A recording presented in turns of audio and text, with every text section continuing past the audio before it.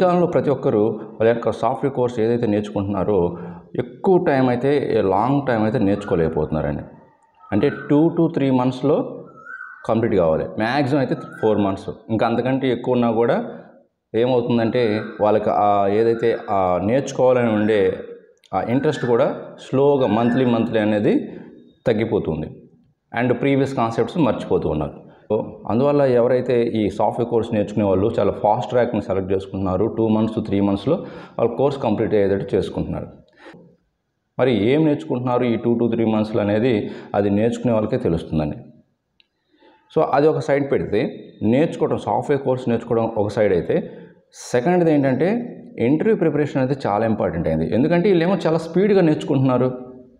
Topics అన్ని పైన cover చేసుకుంటూ వెళ్తుంటారు, ప్రతిదీ ఎలాగలో నేర్చుకుంటూ వెళ్తున్నారు. బట్ ఇక్కడ ఎప్పుడైతే మీరు అందరూ ఎక్స్పీరియన్స్ పెట్టి, చాలామంది ఎక్స్పీరియన్స్ పెట్టి ట్రై చేస్తుంటారు. ఫ్రెషర్స్కి అయితే ఓకే, బట్ ఎక్స్పీరియన్స్గా ట్రై చేసే వాళ్ళు 3 years 4 years 5 years ఇలా ఎక్స్పీరియన్స్ ట్రై చేసే వాళ్ళకి ఈ 2 months 3 monthsలో వాళ్ళు నేర్చుకున్నది అంత అలవాటు అయి ఉంటుంది. అందువల్ల వీళ్ళు ఒకసారిగా ఇంటర్వ్యూకి అటెండ్ అవుతుంటే మాత్రం వాళ్ళు కొంతమంది ఛాలెంజెస్ ఫేస్ చేస్తుంటారు. కొంతమంది కదండి, చాలామంది అయితే ఛాలెంజెస్ ఫేస్ చేస్తుంటారు. అంటే కొంత ఇన్డెప్త్గా అడగటం. స్పెషల్గా ఇప్పుడున్న సిచ్యువేషన్ అయితే ఇంటర్వ్యూ ప్రాసెస్ అనేది కొంచెం టఫ్గానే ఉన్నాయి. కొంచెం కాదు, చాలా టఫ్గానే ఉంటున్నాయి. ఓకే, సో ఇంతకుముందు కాలంలో అయితే డైరెక్ట్గా ఫండమెంటల్స్ కాన్సెప్ట్స్ నుంచి అడుగుతూ వచ్చేవాళ్ళు ఇంటర్వ్యూ ప్యానల్స్. ఇప్పుడు అలా లేదండి. ఒక కాన్సెప్ట్స్ తీసుకుంటున్నారు, దాని మీదే కనీసం 30 minutes నుండి 1 hour స్పెండ్ చేస్తున్నారు. అది కోడింగ్ ప్రాబ్లం కావచ్చు, ఆరో ఏదైనా ఒక సినారియో తీసుకోవచ్చు.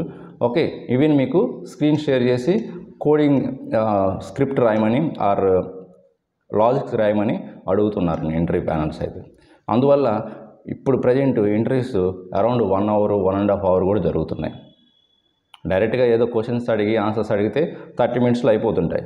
బట్ ఇప్పుడు ఏం చేస్తున్నారు, వాళ్ళే ఒక కంపైలర్ ఓపెన్ చేపిస్తున్నారు అండ్ కోడింగ్ రాయమంటున్నారు, లేకపోతే నోట్ ప్యాడ్ ఓపెన్ చేసి దానికి లాజిక్ రాయమంటున్నారు. ఇలాగా స్క్రీన్ షేర్ చేసి కొంత లాజిక్స్, ప్రోగ్రామ్స్ ఇవ్వటం, కాన్సెప్ట్స్ ఇవ్వటం, టాస్క్లు ఇవ్వటం, ఇలా చేయటం వల్ల ఏమవుతుందంటే 1 hour 1.5 hour జరుగుతుంది ఇంటర్వ్యూస్ అయితే ప్రజెంట్. సో ఎవరికైతే ప్రాక్టీస్ చేసి ఉంటారో, ఎవరైతే టెక్నికల్ స్ట్రాంగ్ ఉంటారో వాళ్ళు ఇంటర్వ్యూని క్రాక్ చేయగలుగుతున్నారు. సో అందువల్ల ఇంటర్వ్యూ ప్రిపరేషన్ అనేది చాలా ఇంపార్టెంట్ అండి. కోర్స్ నేర్చుకోవడం ఒక వంతు అయితే, ఇంటర్వ్యూ ప్రిపరేషన్ అనేది కూడా ఎవరు ఇన్స్టిట్యూట్ వాళ్ళు కానీ ఎవరు చెప్పరు. అది ఎలా ప్రిపేర్ అవ్వాలి, రెజ్యూమ్స్ ఎలా బిల్డ్ చేసుకోవాలి అనేది కూడా ఎవరు చెప్పరు. సో మరి ఇంటర్వ్యూస్లో కూడా ఎలా ఉన్నాయంటే డిఫరెంట్ వేస్లో అడుగుతున్నారు. మంది డైరెక్ట్గా ప్రాజెక్ట్లోకి వెళ్ళి ప్రాజెక్ట్ రిలేటెడ్ క్వశ్చన్స్ అడుగుతున్నారు, ప్రాజెక్ట్ ఎక్స్పీరియన్స్ రిలేటెడ్ క్వశ్చన్స్ అడుగుతున్నారు. అండ్ ఇంకొంతమంది కొన్ని కోర్ ఫండమెంటల్ తీసుకుంటారు, వాటిలో ఇన్డెప్త్గా కోడింగ్ స్కిల్స్ చెక్ చేస్తున్నారు. అండ్ ఇంకొంతమంది సినారియో బేస్డ్ డైరెక్ట్గా అడిగేస్తున్నారు. ఒక కాన్సెప్ట్ తీసుకుంటారు, ఒక సినారియో తీసుకుంటారు, అండ్ దాంట్లోనే మీరు చెప్పిన ఆన్సర్స్కి మళ్ళీ ఇంకోటి ఆ క్వశ్చన్, మీరు చెప్పిన ఆన్సర్స్ని బట్టి, మీరు చెప్పే ఆన్సర్ని బట్టి ఇంకో క్వశ్చన్ దాంట్లో నుంచి రైట్ చేస్తున్నారు. ఇలాగా కొన్ని సినారియో బేస్డ్ ఇంటర్వ్యూ క్వశ్చన్స్ అడుగుతున్నారు. And some management related questions అడుగుతున్నారు, and company related interview questions అడుగుతున్నారు. ఇలాగా డిఫరెంట్ పీపుల్ డిఫరెంట్ విధంగా అడుగుతున్నారు.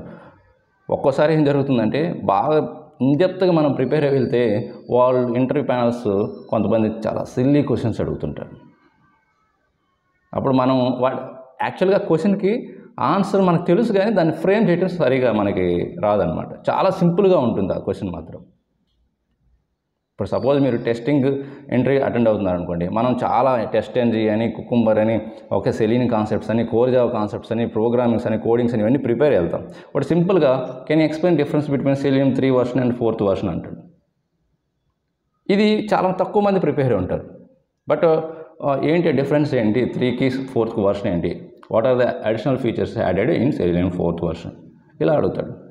ఓకే, సో అందువల్ల మనం చాలా జాగ్రత్తగా అన్నిటికీ ప్రిపేర్ అయి ఉండాలి.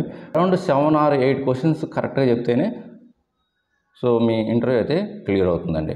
అండ్ కొంతమంది 7 questions ఆన్సర్ చేసి 3 రాంగ్ చెప్పినా కూడా మీ దగ్గర కమ్యూనికేషన్ స్కిల్స్ సరిగా లేదను, ఈవెన్ అన్నిటికీ ఆన్సర్ కరెక్ట్గా చెప్పినా కూడా వాళ్ళు ఫీడ్బ్యాక్లు ఏమిస్తున్నారంటే కమ్యూనికేషన్ స్కిల్స్ సరిగా లేదని, మీరు సరిగా యాటిట్యూడ్ బాగాలేదని, ఏదో ఒకటి రీజన్ అయితే ఫీడ్బ్యాక్లు అయితే ఇస్తున్నారు. ఇదంతా ఎందుకంటే ఓపెనింగ్స్ సరిగా లేనప్పుడు ఇలా జరుగుతుంటుంది. ఓపెనింగ్స్ కరెక్ట్గా ఉంటే ఇలాంటివన్నీ ఉండవు. ఇలాంటి రూల్స్, కండిషన్స్, టర్మ్స్, పాలసీస్ ఏముండవు. రిసోర్స్ కావాలి, నాలెడ్జ్ ఉందా, వర్క్ చేయించుకున్నావా, ఇలా ఉంటుంది.